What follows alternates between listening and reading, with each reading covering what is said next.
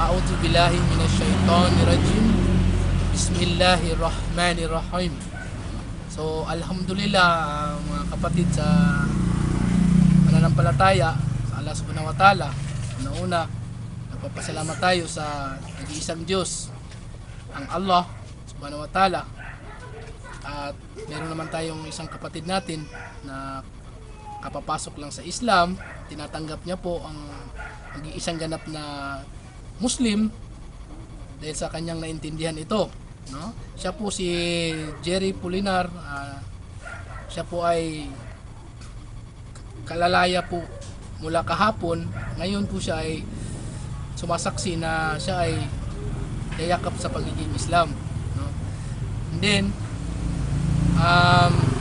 tanungin po natin siya sa loob ng 6 years na pagkakakulong, at ngayon dumaya siya ngayon na naging isa siyang Muslim.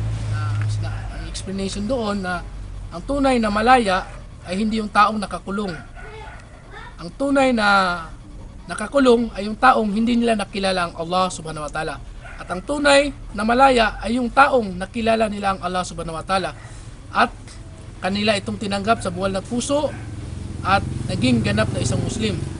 So alhamdulillah na pakinggan natin ang panayam ng ating kapatid na si Jerry, na ano ang inyong nagustuhan, brother, sa Islam.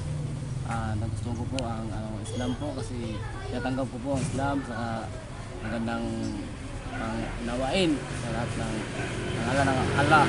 Kaya pala ang tinatawag natin mga Ama, Allah.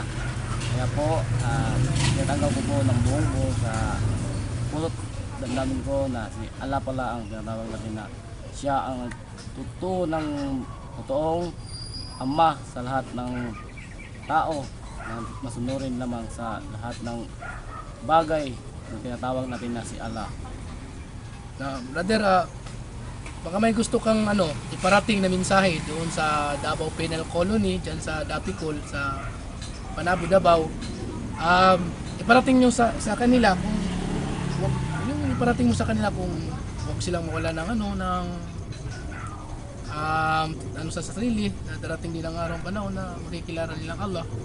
Ano sa kanila na kung anong magandang i-explain mo sa kanila?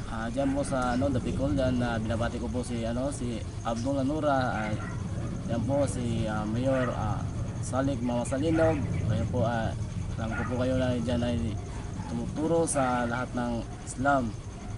Dito po ako ngayon sa kay Brother Sain. Salamat ako sa kanya kasi natanggap niya ako. Hindi po ako nagkusang loob na lumapit sa kanya. Yan lang po, brother. Ano naman ang gusto mong mensahe iparating mo doon sa mga nakakulong sa Dapicol? Lahat po doon sa loob, huwag kayong mawalan ng pag-asa. Dahil lahat kayo makalaya rin.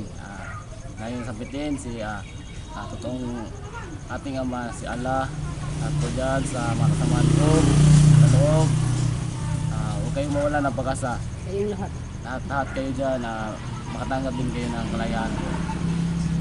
Assalamualaikum warahmatullahi ta'ala wa barakatuh.